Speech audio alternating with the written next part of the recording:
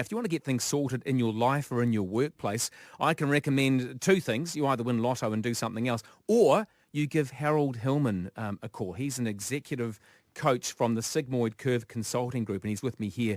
G'day, Harold. Roman, good morning. You're looking remarkably relaxed. Where have you been this week? I spent 6 days in Samoa. Oh, lovely. I went up last weekend and came back yesterday morning. I was there for work, actually. Were you? So, but the side benefit, of course, of being there is that you go to a different level of sort of being a bit chilled out. Keeping things in perspective. The people are beautiful. Yeah. They remind you very much of people, Samoans, people who have life in proper perspective around what's important, but also just the importance of family. Yeah, and you don't see many bald ones, which goes back to our last interview. I seriously believe that most of us Caucasians are so stressed and wound up and drinking far too much coffee that our hair falls out. Let's be honest. You've got a lovely head of hair, by the way, honestly. I'm growing my fro. Well, you are. It looks fantastic. Now, that's some feedback for you. Feedback is critical for growth, isn't it? It is. It is, Roman. It is critical for growth, and yet many people really do have sort of a negative construct on feedback. I encounter that often in the workplace, both for people who have to give feedback as part of their role as a manager, but also for employees. In most companies, there's a process in place. It's part of what we call performance management. When we're really trying, if you want a high-performing company, then you really have to have people who are performing as well as they can. And the idea behind getting people stronger in terms of being able to deliver what they're required to is feedback. To help them hone in on, where they can do things a bit better that would make a difference. But it does have a painful you probably know this in terms of your own career. When you mention the word feedback to someone, like when you say to someone, hey, you have 5 minutes, I just want to give you a little feedback on that presentation. The automatic response is, oh my God, what's coming at me? Yeah, I almost go into spontaneous farting mode. I just get I get very nervous. I don't like, and my boss always says to me, it's time for your annual review. And I start giggling like a little girl. She goes, what are you laughing for? I'm not good at hearing about myself. Yeah. It's like, tell someone else, just write it down. Or just give me the pay rise, That's right. Why do many people think of feedback as a necessary evil? Because for many people, feedback has only been associated with pain. And that is, let me tell you what you're doing wrong. Sometimes, because we're very busy as managers in the workplace, we only drop in on people when something flares up. We take for granted things that people do well. We assume they know it. We see it. And so when you're time pressured, a lot of times then you only go in for the errors and the mistakes. And without fully appreciating that if a person, every time they encounter you, you're coming to point out something that you did wrong or a mistake or this wasn't good enough. You, the person, then become a conditioned stimulus. You walk in the door and that person immediately becomes defensive, guarded, closed, that people don't feel like they can open up and be real and candid and honest with a person who may only sort of hone in on them when something has gone wrong. So as managers, you really do need to balance it. Yes, people will make mistakes. Yes, people, need to sort of lift their game. But I often make the case, Roman, that there's a human need to be needed, the need for affiliation and wanting to belong and wanting to know that you're making a difference. And very often we miss 20, 25 opportunities each and every day walking by people when they've done something really well or done something to make a difference, and we never tell them that. Yeah, that's right. Yeah. Just don't pat them on the bum while you're doing it. You'll be off to HR.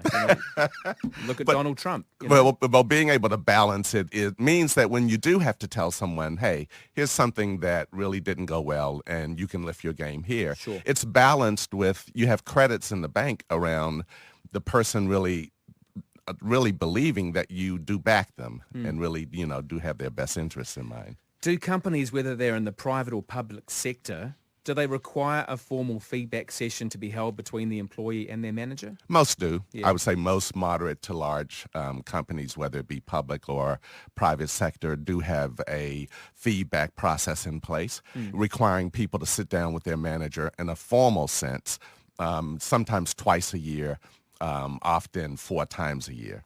And this is in place, again, to just sort of make sure that there's a development plan in place and that that it's reinforcing this idea that you do grow through feedback. It's a good thing. Unfortunately, some people only give feedback twice a year. Or 4 times a year, which is not good because it sort of reinforces that this is a formal conversation where you sit on one side of the table, I sit on the other side, and there's a formality around it as opposed to every day, around an encounter without making it silly or going out of your way. But don't let little things build into big things where you're waiting 3 months from now. Do you know one thing I think and give me your professional opinion, mine isn't, I think one thing we're very, very bad at in New Zealand is not doing the everyday, gosh, that was good, man, you did a good job. And I love doing that.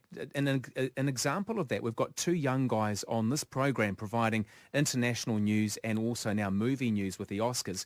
These guys are in their early 20s. And they want an opportunity. Give people the opportunity. Give people that encouragement, that pat on the back, right? Absolutely. Don't take for granted what people do well. We invest a lot of time at work. The average person who works full time is working hard, and you gotta nourish them. Jack Welch was regarded as the most successful chief executive last century running General Electric, and he was the one under this whole domain of emotional intelligence who said you have to treat your staff like if you're running a garden, if you're growing a garden and you've got these beautiful plants in this garden, you gotta water them. You gotta get out of their way and put some sunlight on them. And in order to stretch them, you really do have to nourish the environment that they work in. Affirm people, let them know how they're making a difference because that gets them through real tough times, knowing that that they really are making a difference as opposed to the only time they hear from you is when they make a mistake. They begin to wonder if you really do value them. I wonder if our government departments have got better at that. I think if you're a policeman or a nurse or a doctor, you just have a budget and off you go, you do your job, you collapse at the end of the day. I don't know if that's improved in our public sector? I think it is in general. Again, particularly over the last 2 decades, Roman, with the advent of EQ, emotional intelligence. What it basically says is you don't need a big budget for staff engagement if you're a person who really is focused on having people believe that what they do, no matter what they do in the organization, is making a big difference in terms of sort of bottom line impact. So people have a line of sight between their hard work and the success of the team or the success of the business. And so that's all about invigorating the spirit, inspiring people, motivating people. We've learned a lot over the last, again, I say 2 decades, really the end of 1990s when EQ was really introduced as something that managers should focus a bit more on. When you're managing people, you tend to focus on sort of the little things. When you're leading people, you focus and you get them focused on the bigger picture. And if they're into it, if they believe that they're making a difference, if they believe that they are growing in the process, you've got a really engaged staff as opposed to people who are afraid when you walk in the room because, here comes another negative statement about what I can't do. A lot of this applies to just being a mum or a dad too. Giving feedback goes through the family as well. If you're giving feedback and you want it to be a positive experience, what are the most important things to consider? I would say look forward versus looking back. And so don't keep pointing out what happened. Put it in the context of, where you want to go. So looking forward, and that is, look, if you say that you want to be in this type of a role 3 years from now, here's some things that I'd like to focus in on you with to make sure that 3 years from now you really are capable.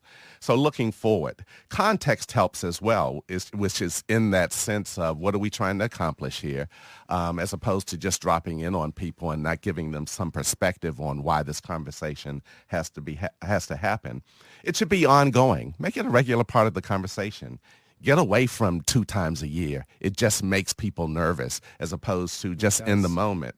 Make it timely in the sense of if someone did something well or something that went wrong, give them feedback within 24 hours. As opposed to 3 weeks from now when, their mind isn't around it and things are a bit hazy. Be specific. In that particular meeting, the situation, when you cut those two people off, focused on the behavior, this was the impact. You could see them withdraw, as opposed to, you really are a jerk for, That's right. So give them some context around it and keep it above the line. Don't become a psychologist when you're giving feedback. Don't make inferences about people's personalities and their motives, and just be specific on the behavior and impact that you really want. Okay.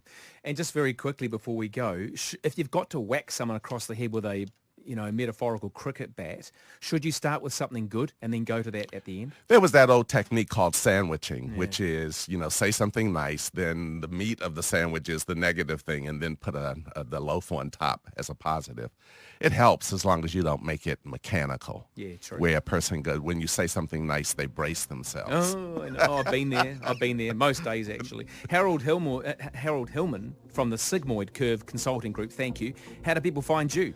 I'm at www.sigmoidcurve.com. Brilliant. Thank you so much. Up next, it's the political panel with Lawrence Yule and Greg O'Connor. Back shortly.